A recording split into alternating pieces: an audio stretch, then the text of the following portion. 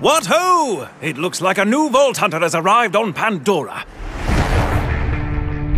By Jove, it's Gage! Hello to you. Smash the system! The Mechromancer. Don't be fooled by her rather adorable exterior, chums.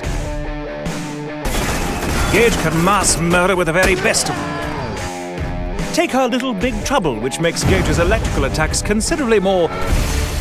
Well, just take a gander at this.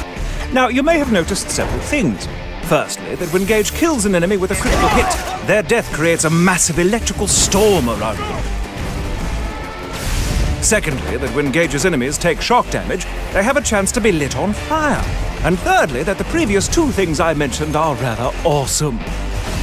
But I haven't even mentioned one of Gage's greatest weapons, Death Trap.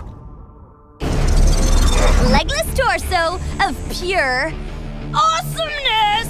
This hovering pugilist can lay into his enemies with all manner of deadly implements. His explosive clap attack, for instance, can liquefy anyone unfortunate enough to be within a few meters of him. He can also replenish his allies' shields. And, of course, no death-dealing robot would be complete without a massive laser beam that sets its victims on fire.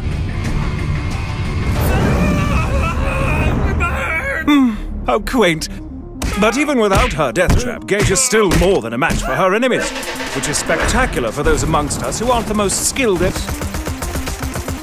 aiming.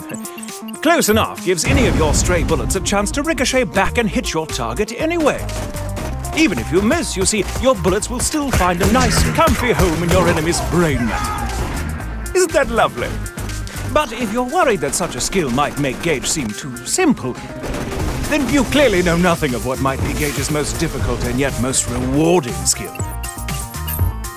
Anarchy. Allow me to explain.